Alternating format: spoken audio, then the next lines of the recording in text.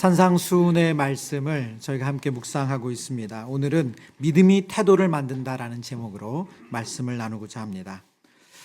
우리는 매일 많은 사람을 만나면서 살아갑니다. 그 만남 중에는 만나고 나면 마음이 따뜻해지고 내가 존중받고 있구나, 내가 소중히 여김받고 있구나 하는 그런 만남이 있습니다. 내가 그렇게 특별하고 대단한 사람이 아니어도 상대방이 나를 향한 그 배려와 존중 때문에 내가 중요한 사람인가? 내가 소중히 여김받고 있구나, 그런 마음이 드는 것이죠. 그런 분들과 대화를 하면 그분들의 따뜻한 시선 그리고 진심 어린 관심이 전해질 때 우리는 의미 있는 존재로 여겨집니다. 근데 이런 만남만 있으면 참 좋을 텐데 그 반대의 만남도 있죠. 상대가 나를 잘 알지도 못하면서 무례하거나 가볍게 대하고 또 무심한 태도로 나를 평가하듯 그렇게 우리 만나는 만남도 있습니다. 그럴 때는 우리 스스로 내가 뭘 이렇게 잘못했나? 내가 뭔가 부족한가? 하는 상한 마음을 갖게 되기도 합니다. 이렇게 두 만남, 이 극단적인 두 만남을 제가 설명했지만 이런 만남의 차이가 나는 이유는 뭡니까? 상대방을 대하는 태도의 문제죠. 사람을 대하는 태도가 이 만남의 차이를 만들어냅니다. 신앙이 성숙해 간다는 것, 우리가 그리스도 안에서 성숙한 신자가 된다라고 하는 것은 성경이 말씀하시는 바른 태도를 갖게 되는 겁니다. 상대방의 나이나 직업, 외모로 판단하지 않고 그분을 하나님의 형상 그 자체로 존중하는 모습을 가지는 것, 그것이 바로 성숙한 신앙인의 모습이죠. 우리는 그런 분과 같이 있으면 그분에게 좋은 영향을 받습니다. 그래서 나도 모르게 나도 저분 닮고 싶다, 저분처럼 지혜 있게 말하고 싶다, 저분처럼 저렇게 따뜻하게 섬기고 싶다, 그런 마음에 소망을 갖게 됩니다. 좋은 믿음은, 오늘 성경이 말씀하시는 좋은 믿음은 바로 좋은 태도를 가지는 사람입니다. 하나님을 향한 태도가 겸손하고 전적인 신뢰가 있고 이웃을 향한 태도에는 배려와 사랑으로 가득 찬 그것이 바로 좋은 믿음을 가진 성도다라고 성경은 말씀합니다. 오늘 예수님께서 태도에 대해서 우리에게 가르치시는데요, 예수님이 가르치신 태도를 묵상하면서 저와 여러분이 예수님이 바라고 기뻐하시는 성숙한 신앙인으로 함께 성장하기를 소망합니다. 첫 번째는 하나님 나라 백성의 태도, 그 첫 번째 모습은 형제와 자매들을 대할 때 우리의 태도가 비판하지 않아야 된다는 거예요. 비판하지 말라. 오늘 본문 1절과 2절을 우리 한 번 더 소리내서 읽겠습니다. 비판을 받지 아니하려거든 비판하지 말라. 너희가 비판하는 그 비판으로 너희가 비판을 받을 것이요.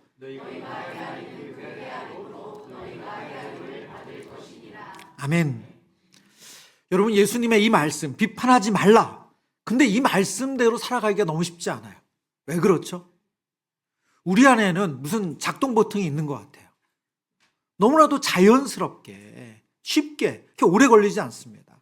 그냥 길을 걷다가도, 뉴스를 보다가도, 그리고 예배를 드리다가도, 우리 공동체 봉사를 하다가도 쉽게 저 사람 왜 저렇게 행동하지? 저거 틀린 거 아니야? 저게 정말 신앙인의 모습 맞아? 왜 저런 모습으로 봉사하지? 우리 안에 너무나도 쉽게 비판하는 마음, 판단하는 생각이 듭니다. 오늘 예수님께서 너무나도 분명하고 단호하게 뭐라고 말씀하세요? 비판하지 말래요. 그럼 우리 안에 또 이 방어 기제가 발동하잖아요. 그러면 다 그냥 마음대로 해도 되는 건가? 다 분별 없이 그렇게 해도 되나? 분명히 예수님은 그런 뜻이 아니겠죠. 잘못된 것을 그냥 모른 척하라고 하시는 거 아닙니다. 옳고 그름을 분별하지 말라고 말씀하시는 거 아니에요. 그렇다고 한다면 오늘 본문에 보면 예수님께서 이렇게 말씀하세요. 마태복음 7장 6절인데요. 거룩한 것을 개에게 주지 말며 너희 진주를 돼지 앞에 던지지 말라. 그들이 그것을 발로 밟고 돌이켜 너희를 찢어 상하게 할까 염려하라. 예수님 이 말씀을 하실 이유가 없어요. 이 말씀은 분별하라는 말씀이잖아요. 누군가는 예수님이 전하신 그 거룩한 말씀, 하나님 나라의 복음을 제대로 받지 못한다는 거예요. 그래서 그들에게는 더 이상 그렇게 하지 않아도 된다라고 말씀하시는 거예요. 또 마태복음 7장 15절에 가서는 예수님께서 거짓 선지자들을 삼가라. 이 삼가하다는 말이 바로 분별하다는 말이거든요. 판단하는 거예요. 즉 우리가 옳고 그름을 따지는 것은 잘못이 아닙니다. 문제는 어떤 태도, 어떤 마음으로 그것을 가지고 남을 판단하느냐 하는 거예요. 오늘 본문의 초점은 예수님께서 위선적이고 자기중심적인 판단을 하지 말라고 말씀하시는 거예요. 한 번 더 말씀드립니다. 위선적이고 자기중심적인 판단을 하지 말라는 거예요. 그래서 예수님께서 뭐라고 말씀하세요? 어찌하여 형제의 눈 속에 있는 무엇을 보고 티는 보고 내 눈 속에 있는 들보는 깨닫지 못하느냐. 한 신학자가 이 본문을 해석하면서 예수님이 공생애를 하시기 전에 예수님의 직업이 목수셨잖아요. 그래서 예수님의 이 티와 들보라는 것이 예수님이 늘 접했던 내용이라는 거예요. 목재를 다루면서 눈에도 보이지 않는 그 작은 목재 가루, 그 티는 눈에 보인다는 거예요. 그런데 내 눈앞에 내가 자르고 있는 그 들보는 보지 못하는 거죠. 이 말씀을 우리는 아프게 들어야 합니다. 우리는 남의 작은 실수는 너무나도 쉽게 금방 잘 보는데 정작 내 문제는 보지 못한다는 거예요. 성경에 보면 예수님께서 이런 대표적인 인물들, 대표적인 사람들이 바리새인들이었고 그래서 그들의 죄를 지적하시죠. 그들은 율법을 철저히 지킨다고 그들 스스로 생각했습니다. 근데 실상 그들은 율법을 지키는 것을 통해서 하나님께 영광을 돌리는 것이 아니라 정작 그 율법 가지고 남을 정죄하고 판단하는 데 사용했어요. 그래서 예수님은 그들을 향해서 뭐라고 말해요? 율법의 정신은 다 지키지 않는 그들을 향해서 외식하는 자다라고 말씀하시죠. 혹시 나도 바리새인처럼 그런 위선적인 태도로 우리가 다른 사람과 혹은 나를 보고 있지는 않은지 오늘 이 말씀은 우리를 끊임없이 들여다보게 합니다. 예수님 이어서 말씀하시죠. 너희가 비판하는 그 비판으로 너희가 비판을 받을 것이요. 무슨 뜻입니까? 우리가 남을 쉽게 판단하는 그 판단의 기준을 가지고 하나님도 우리를 보신다는 거예요. 어떻게 저런 태도로 봉사를 해? 그러면 그 기준으로 하나님 우리를 보신다는 거예요. 어떻게 저렇게 말하는데 지혜가 없어? 하나님 그 기준으로 우리 언어 생활을 보신다는 거예요. 제가 말씀을 준비하면서 종종 사실 이런 경험을 하는데 이 말씀이 너무 찔려서 제가 뭘 아무것도 안 했는데 얼굴이 빨갛게 달아오를 때가 있어요. 너무 부끄러워서 그때가 생각이 나서. 바로 오늘 이 말씀을 준비하는데도 그랬습니다.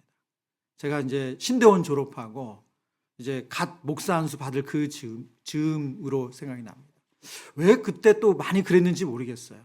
아마 이제 목회를 막 이제 시작하고 배우고 이런 데 있어서 신학교에서 배운 건 있고 그리고 잘해봐야 되겠다는 마음도 있고 그래서 그랬는지 정말 한국 교회를 많이 비판했어요. 당시에 또 우리 한국 교회 안에 참 크고 작은 많은 일들이 있었거든요. 그래서 우리 동료 목사님들하고 친구들하고 모이기만 하면 유명한 교회 목사님들의 그 설교 몇 편 들은 거 가지고 그리고 그분들에 대한 뭐 이런저런 그 정보들이 있잖아요. 그걸 가지고 이 교회는 이게 문제야. 저분은 저 설교가 문제야. 저분은 신학적으로 문제가 있는 것 같아. 저분은 저렇게 어떻게 저렇게 할 수가 있지? 정말 열을 올리면서 한국 교회를 위한다는 그런 뭐 명분이 있었는지 어땠는지 모르겠어요. 근데 제가 말씀을 준비하는데 너무 그때 생각이 나는 거예요. 제대로 알지도 못하면서 제가 신학교에서 배운 그 몇 년의 그 내용 가지고 그리고 목회해본 그 짧은 경험 가지고 이 교회는 이게 문제고 저 교회는 저게 문제고 저 목사님의 설교는 저래서 문제가 있고 이제 목사 안수를 받은 지 20년이 됐거든요. 오늘 말씀을 보는데 이제 저희 부교육자들이 그 기준으로 저를 볼 것 같아요.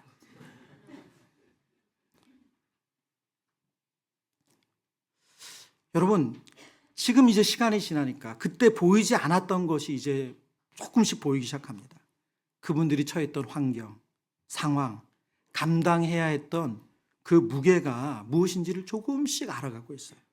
제가 얼마나 가볍게 쉽게 그렇게 잣대를 들이대고 비판하고 판단했는지. 여러분 우리가 남을 정죄하는 태도를 가질 때 언젠가 그 기준이 나에게 돌아온다는 것을 기억해야 합니다.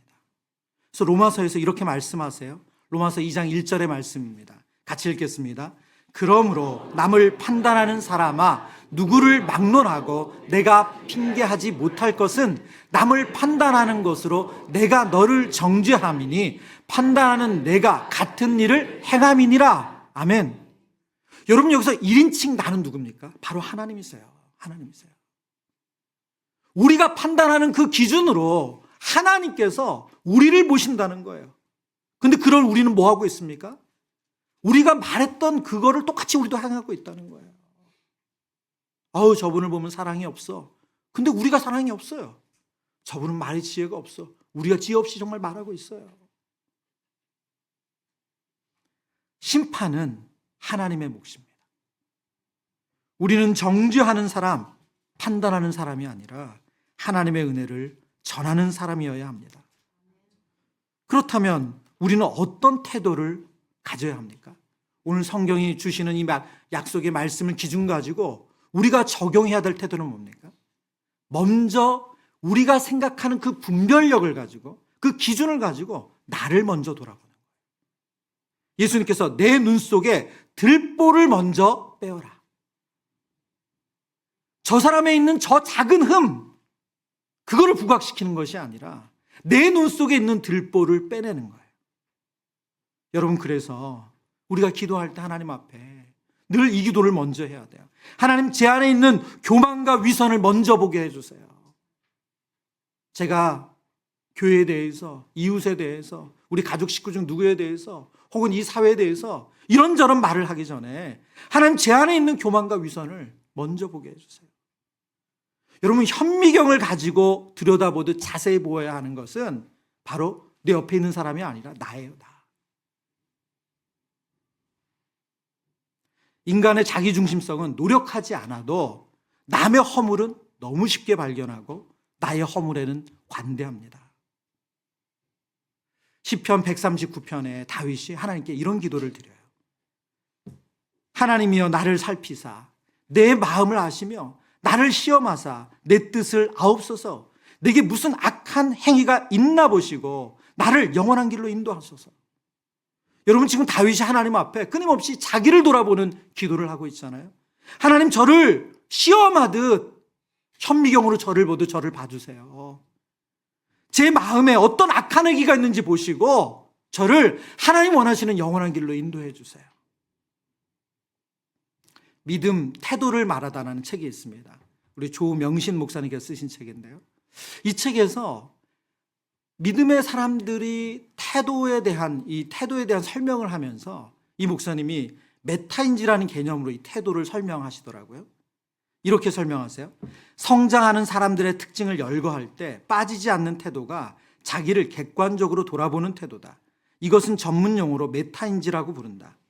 자신의 인지 과정에 대해 한 차원 높은 시각에서 관찰, 발견, 통제하는 정신을 작용을 의미한다. 한마디로 자기 자신을 객관적으로 바라보는 인지력이라고 할 수 있다.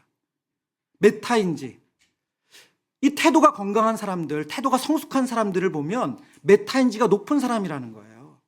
딱 하나의 관점, 하나의 시각이 아니라 말하자면 CCTV로 나를 360도로 다 돌려보고 내 24시간을 다 관찰해가지고 자기를 객관적으로 보는 사람, 그런 사람이 태도에 있어서 성숙하다는 거예요.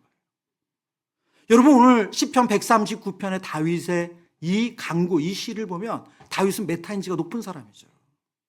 자기의 관점에서 하나님, 저 이것도 했고 저것도 해갖고 근데 다른 사람들은 저렇게 살고 있습니다 라고 비판하는 사람이 아니라 하나님, 저를 시험하듯 살펴주세요. 그리고 제 행위에 악한 것이 있으면 드러내셔서 저를 하나님 원하시는 영원한 생명의 길로 인도해 주세요. 조명신 목사님의 책에서 이 태도에 대한 부분의 결론을 이렇게 설명하셨어요. 나라는 존재가 하나님 앞에서 더 많이 그리고 더 자주 폭로될 때 우리 믿음은 성장한다. 그리고 역설적이게도 하나님 앞에 내 실체가 폭로될수록 그분과 더 깊은 관계로 나아가는 길이 열린다. 무슨 말입니까? 우리가 하나님 앞에 내 자신의 실체가 드러나고 폭로될 때 우리는 성장한대요. 그럴수록 하나님과 관계가 멀어지는 것이 아니라 더 가까워진다는 거예요. 여러분, 성령님을 통해서, 성령께서 깨닫게 하신 이 말씀을 통해서 오늘날 메타인지라는 개념으로 설명하지만 내 자신이 내가 보고 싶은 면만 보는 게 아니라 하나님이 보시는 관점, 다른 사람이 나에게 보는 그 관점이 보여져서 자기 객관화가 돼서 그게 드러나서 하나님을 닮아가는 은혜가 있기를 축복합니다. 여러분, 이 말이 되게 어렵게 메타인지 썼지만 여러분, 이 말이 뭡니까? 하나님이 깨닫게 하시는 것을 가지고 회개하는 거예요. 오늘날 우리의 기도에 사라지고 있는 게 뭐예요? 회개예요. 회개. 여러분, 언제 눈물을 흘리고 펑펑 울며 기도해 보셨어요? 여러분, 근데 우리의 삶을 보면 매일매일 회개해야 되지 않습니까? 근데 그러지 않아요. 그렇다면 다른 사람의 잘못이 발견됐을 때 우리는 어떻게 그것을 비판해야 되나요? 분명히 예수님께서 그런 분별이 필요하다 말씀하셨잖아요. 그러면 그 사람의 그런 뭔가 옳지 않은 그런 틀림을 발견했을 때는 어떻게 도와야 할까요? 성경은 이렇게 우리에게 가이드하세요. 갈라디아서 6장 1절의 말씀입니다. 같이 읽겠습니다. 형제들아, 사람이 만일 무슨 범죄한 일이 드러나거든 신령한 너희는 온유한 심령으로 그러한 자를 바로잡고 너 자신을 살펴보아 너도 시험을 받을까 두려워하라. 아멘. 오늘 본문에서 바로잡다라는 이 단어가 헬라어로 카타르티조라는 단어거든요. 이 단어는 원래 상태로 회복시키다, 치유하다는 의미를 가지고 있습니다. 이 단어가 나온 배경을 보면 이런 배경이에요. 부러진 뼈를 맞추거나 찢어진 그물을 수선하는 것을 묘사할 때 이 카타르티조라는 단어를 썼어요. 지금 성경이 우리가 누군가의 잘못을 발견했을 때, 틀림을 발견했을 때 그것을 어떤 관점으로 그 말을 해야 된다, 그런 행위를 해야 된다고 말씀합니까? 바로 도와주기 위해서, 회복시켜주기 위해서, 치유하기 위해서, 바로잡아 주기 위해서 그 일을 해야 된다는 거예요. 너 틀렸어 라는 이 말을 그냥 내 지식을 드러내거나 내 의를 드러내기 위함이 아니라 그분을 도와주기 위해서. 근데 그 태도가 뭡니까? 온유한 심령으로. 온유한 심령으로. 예수님께서 마태복음에 말씀하셨죠. 나는 마음이 온유하고 겸손하니 나의 멍에를 메고 내게 배우라. 바로 예수님의 그 마음이에요. 그 사랑의 마음으로 그 사람을 바로잡아 주고자 그 이야기를 할 수 있다는 거예요. 근데 만약 내 안에 그런 마음이 없어, 그런 사랑의 마음이 없어, 온유한 마음이 없어, 그러면 어떻게 하는 게 맞습니까? 안 하시는 게 맞는 거예요. 왜요? 그 말을 내가 그 사람이 하는 이유는 뭐예요? 그러면 나를 높이기 위한 거예요. 내 의를 드러내기 위한 거지 하나님의 의와는 아무 상관이 없기 때문에 그렇습니다. 예수님의 사역의 현장을 보면 이런 모습이 여러 가지로 나오는데 그 중에 대표적인 것 하나가 요한복음 8장에 나오죠. 종교 지도자들이 예수님을 시험하기 위해서 한 여인을 잡아왔어요. 근데 이 여인이 간음한 여인이라는 거예요. 이 간음을 했다는 걸 증명하는 게 너무너무 어렵습니다. 그래서 성경에 보면 현장에서 간음한 여인이라고 말해요. 목격자가 있는 거죠. 알고 보면 이것은 어떻게 보면 그들이 더슬러 왔는지 어떻게 했는지 모르지만 정말로 끔찍한 일이에요. 그래서 그 여인을 잡아가지고 예수님과 사람들이 모두 보는 앞에서 이 여인을 보여주면서 이제 어떻게 할 거냐. 예수님이 그동안 전한 메시지를 생각하면 예수님은 긍휼히 여겨야 맞거든요. 그러면 율법을 어기는 거잖아요. 왜요? 간음한 사람은 돌로 쳐 죽여야 맞습니다. 그때 예수님 뭐라고 말씀하세요? 너희 중에 죄 없는 자가 먼저 돌로 쳐라. 사람들이 돌을 들었던 사람들, 이 판단과 정죄의 그 시퍼런 눈으로 이 여인을 쳐다보던 사람들이 그 자리를 하나둘씩 다 떠나죠. 아무도 남지 않습니다. 예수님께서 뭐라고 말씀하세요? 나도 너를 정죄하지 아니하노니 가서 다시는 죄를 범하지 마라. 온유한 심령으로 바로잡아 주는 것. 그것이 우리 주님이 우리에게 바라시는 비판이라는 거예요. 만약 우리가 그런 태도가 아님에도 불구하고 가까운 가족이든 동료든 이웃이든 지체에게 우리의 어떤 그런 옳음을 이야기한다면 그것은 그냥 내 의를 드러날 뿐이에요. 저와 여러분이 예수님이 오늘 가르치시는 이 바른 태도를 갖기를 축복합니다. 두 번째, 바로 하나님을 향한 바른 태도인데요. 하늘에 계신 우리 아버지를 향한 대하는 태도는 신뢰입니다. 신뢰. 오늘 본문에서 7절 8절인데요. 구하라 그리하면 너에게 주실 것이요 찾으라 그리하면 찾아낼 것이요 문을 두드리라 그리하면 너에게 열릴 것이니 구하는 이마다 받을 것이요 찾는 이는 찾아낼 것이요 두드리는 이에게는 열릴 것이니라. 오늘 갑자기 본문의 흐름과 조금 이게 왜 이렇게 이 얘기를 하시지 할 정도로 기도 얘기가 나와요. 왜냐하면 산상수훈에 벌써 기도에 대한 이야기가 있었어요. 기도에 대한 가르침이 있었죠. 바리새인들의 외식하는 기도, 그들의 기도 따라하지 말라 하셨고, 이방인들이 염려하는 기도, 이것 주세요 저것 주세요 하는 그 기도도 따라하지 말라 하시고, 예수님이 주기도문을 가르치시면서 기도의 좋은 예시, 본을 미리 알려주셨어요. 근데 오늘 또 다시 예수님께서 기도에 대해서 말씀하시죠. 근데 이 명령이, 이 말씀이 아주 강력해요. 다 명령형으로 쓰였고 현재 능동형으로 쓰였습니다. 뿐만 아니라 구하는 이마다 받을 것이요 찾는 이는 찾아낼 것이요 두드리는 이에게는 열릴 것이니라. 기도 응답에 대해서도 아주 확실하게 예수님이 말씀하세요. 왜 이렇게 예수님이 강한 어조로 기도에 대해서 말씀하시는가? 바로 그 이유는 기도는 하나님에 대한 신뢰가 있는 사람이 기도할 수 있기 때문에, 하나님을 신뢰하는 태도를 가진 사람은 기도하는 사람이에요. 기도를 한다는 것은 하나님을 전적으로 의지한다는 말이에요. 기도는 단지 우리가 원하는 것을 하나님께 얻어내는 수단이 아닙니다. 기도는 하나님과 교제하는 거죠. 인격적인 만남이에요.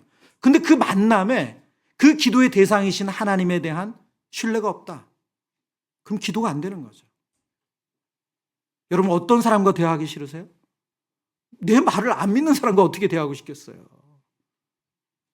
당연히 나를 믿고 신뢰하는 사람, 의지하는 사람과 대화하죠. 오늘 성경이 예수님께서 아주 강한 어조로 구하고 찾고 두드리라 그러면 주신다. 반드시 열어주신다. 찾게 된다. 이 말씀은 하나님을 대하는 우리의 바른 태도는 하나님을 신뢰하는 거예요. 어떤 하나님으로 신뢰해야 됩니까? 마태복음 7장입니다. 7장 9절 10절. 너희 중에 누가 아들이 떡을 달라고 하는데 돌을 주며 생선을 달라 하는데 뱀을 줄 사람이 있겠느냐? 아버지와 자녀의 비유를 가지고 설명하세요. 자녀가 부모님에게 떡을 달라고 한다는 거예요. 근데 떡과 비슷한 크기의 돌을 주면서 먹어. 이런 부모, 좀 말이 안 되잖아요. 생선을 달라고 하는데 뱀을 준다.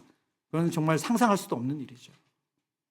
그런데 하물며 인간 아버지도 부족하고 불완전하고 악할 수 있는 인간 사람도 자녀에게 그렇게 좋은 거 주는데 하물며 하나님께서는 우리에게 좋은 거 주시지 않겠느냐. 우리가 신뢰하는 하나님은 어떤 분이십니까? 선하신 분이라는 거예요. 여러분, 선하신 하나님을 신뢰할 때만 멈추지 않고 지속적으로 기도할 수 있습니다. 앞서 설명드린 것처럼 오늘 이 동사들이 다 현재 능동 명령형이에요. 현재형으로 쓰였다는 말은 이 행동이 지속되고 있다, 계속된다는 뜻이에요. 구하고 찾고 그리고 두드리는 이 행위가 멈추지 않고 계속된다는 거예요. 1년, 10년, 30년. 그게 무슨 뜻입니까? 그 구하는 대상을 선한 분으로 신뢰한다는 거예요. 여러분, 오늘 안타깝게도 오늘날 성도들이 기도를 하지 않으세요. 2023년 통계로 한국 교회 성도들의 평균 기도하는 시간이 24분이래요. 높게 나와서 놀라셨죠? 평균이니까 1시간 이상, 그 이상 기도하시는 분들이 쌓여지는 거니까 분명히 실제적으로는 더 낮다고 봐야 될 것 같아요. 여러분, 기도하지 않는다는 건 무슨 뜻일까요? 하나님을 신뢰하지 않는다는 거예요. 하나님의 선하심을 의심하며 산다는 거예요. 매일같이 구하고 찾고 두드리는 것, 여러분, 그것이 하나님을 의지하고 하나님을 신뢰하는 거예요. 여러분의 자녀들이 여러분을 신뢰하지 않는다면 여러분은 연락하지 않아요. 여러분 찾지 않습니다. 여러분을 믿고 의지하니까 아빠, 엄마하고 여러분을 찾는 거죠. 우리가 믿고 의지하는 하나님은 어떤 분이십니까? 선하신 분이세요. 성경이 말씀하시는 기도 응답은 크게 세 종류입니다. 첫 번째는 예스죠. 즉각적인 응답이에요. 기도하면 하나님이 그것을, 그 필요를 채워주시는 겁니다. 두 번째는 노입니다. 거절하시는 거죠. 우리가 구하거나 우리가 구하는 것이 있지만 하나님 그것을 해롭게 여기시거나 하나님의 계획에 맞지 않으시면 거절하세요. 예를 들어 보면 사도 바울은 하나님께 여러 번 육체의 가시를 제거해 달라는 기도를 했어요. 그래서 성경학자들은 그의 가시가 무엇이었는지 여러 가지로 얘기하는데 정확하게 나오는 건 없거든요. 근데 많은 성경학자들이 동의하는, 추정하는 것이 간질이래요, 간질. 예를 들면 그가 설교하다가 거품을 물고 쓰러지는 거예요. 여러분, 얼마나 그의 목회와 사역에 방해가 됐겠어요. 그래서 하나님께 그를 여러 번 간구했어요. 하나님, 이거 치료해 주세요. 하나님 그를 능력 있는 분이시잖아요. 그런데 성경을 보면 하나님께서 그의 치료를 거절하셨어요. 그리고 뭐라고 말씀하셨습니까? 고린도 후서 12장에 내 은혜가 내게 족하다. 여러분, 노하시는 일도 있어요. 세 번째 하나님의 기도 응답은 뭡니까? 기다리라고 하시는 거예요. 아브라함처럼 아들을 주시겠다 약속하셨지만 즉각적으로 주시는 게 아니고 10년 후에 주시는 게 아니고 20년 후에 주시는 게 아니고 모든 소망이 다 끊기고 나서 아내가 90세, 본인이 100세가 되고 나서야 그 아들을 주시는 거예요. 여러분, 그런데 이 하나님의 모든 기도 응답을 기도 응답으로 받으려면 하나님의 선하심에 대한 신뢰가 있어야 돼요. 제가 우리 성도님들과 가끔 신방하면서 놀라운 것 중에 하나가 기도하시고 응답을 받았는데 믿지 않아. 분명히 기도했잖아요. 한 달 전, 1년 전, 또 수일 전 그 문제를 놓고 기도했어. 그래서 응답이 됐어. 우리가 원하는 됐어. 근데 간혹 이런 얘기 하세요. 목사님, 그냥 이게 시간이 돼서 될 게 된 거 아닌가요?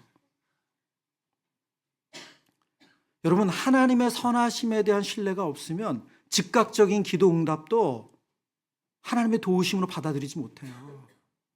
하물며 거절하시는 것에 대해서는 하나님을 어떻게 신뢰하겠어요? 원망하지.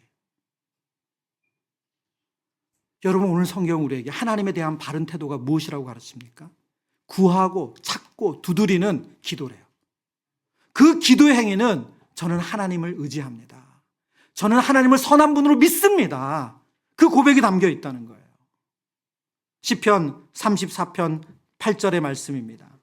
같이 읽습니다. 너희는 여호와의 선하심을 맛보아 알지어다. 그에게 피하는 자는 복이 있도다. 아멘. 여러분의 기도의 시간이 하나님의 선하심을 확인하는, 하나님의 선하심을 경험하는 은혜의 시간 되시길 바랍니다. 여러분의 삶 속에 일어나는 그 수많은 일들, 우리가 얼마나 그것이 해석이 안 돼서 아프고 괴로워요. 그런데 하나님께서 그 뜻을 알려주시고 깨닫게 하시고 그 뜻 가운데 있는 하나님의 일하심을 보여주시는 거예요. 제가 지난 금요 기도회 후에 기도하면서 참 특별한 은혜를 누렸거든요. 지난 금요 기도회부터 이제 치유와 회복의 메시지를 나누고 있습니다. 이제 앞으로 5주간 더 치유와 회복이라는 주제로 말씀을 전하고자 하는데요. 이제 말씀을 다 마치고 앞에서 기도를 하는데 하나님 제게 정말 특별한 그런 마음을 주셨어요. 그게 뭐냐면 제가 청소년 시절에, 청년 시절에 하나님 앞에 정말 은혜 받고 헌신할 그때 제가 사모했던 금요기도회가 있어요. 제가 누렸던 금요기도회가 있어요. 그게 뭐냐면 저는 그 기도하러 가는 그 시간이 너무너무 기다려졌거든요. 이유가 뭐냐면 목사님의 설교가 너무 탁월하고 좋아서도 아니고요. 기도회가 다 끝나고 나서 개인 기도하는 시간. 보통 한 11시 반, 12시 되면 개인 기도 들어가는데 그 시간이 저에게는 너무너무 특별했어요. 왜냐하면 일주일 동안에 너무 고단하고 힘든 그 시간을 정말 하나님 특별하게 위로해 주시고 만져주시는 시간이 됐어요. 그리고 어떻게 해야 될지 막막하고 정말 뭐 어디에도 물어볼 수도 없는 그런 제 인생의 문제를 그 기도 시간에 하나님께서 알려주시는 정말 크고 비밀한 일을 알려주시겠다 하신 대로 그 기도의 시간마다 그렇게 만져주시고 만나주시고 경험하게 하시는 거예요. 그러니까 오늘은 어떤 은혜를 주실까? 오늘은 하나님 어떻게 나를 만나주실까 하는 그런 기대감이 생기더라고요. 그래서 그 기대감에 금요기도를 참석했거든요. 근데 제가 이 사역자가 돼서 안타까운 것이 뭐냐면 순수한 마음으로 예배드리기가 참 쉽지 않아요. 늘 뭔가를 해야 되잖아요. 그래서 제가 인도하지 않는 새벽 기도회 수요 예배가 너무 소중합니다. 네. 여러분, 우리 하나님께서 저와 여러분에게 하나님의 선하심을 맛보아 하는 은혜를 주길 원하세요. 여러분, 그런데 그러시려면 구하고 찾고 두드리는 은혜의 자리, 기도의 자리에 나오셔야 돼요. 하나님 말씀을 안 해주시고 하나님 깨닫지 않도록 우리를 방치하시는 것이 아니라 하나님 그걸 하기를 원하세요. 여러분, 그 은혜를 기대하시고 그 은혜 자리에 나오시길 축복합니다. 말씀을 정리합니다. 사람을 대하는 태도와 하나님을 대하는 태도는 분리할 수가 없습니다. 그것은 하나님을 사랑하는 것과 이웃 사랑하는 것이 분리되지 않는 것과 똑같은 맥락입니다. 사람을 함부로 대하는 사람이, 사람을 외모로 판단하는 사람이 하나님을 전심으로 사랑한다. 이것은 있을 수 없는 일이에요. 하나님의 선하심을 믿고 하나님의 선하심을 온전히 의지한다면 사람에 대해서도 온유한 마음으로 그 사람을 섬깁니다. 이것이 오늘 성경이 말씀하시는 거예요. 저와 여러분이 하나님의 선하심을 온전히 의지하고 그리고 그 하나님과 깊어진 관계가 나의 가족, 나의 이웃, 나의 동료들에게 온유한 심령으로 바로잡아주는 그런 하나님 앞에서 바른 태도를 가진 성도의 삶이 되기를 축원합니다.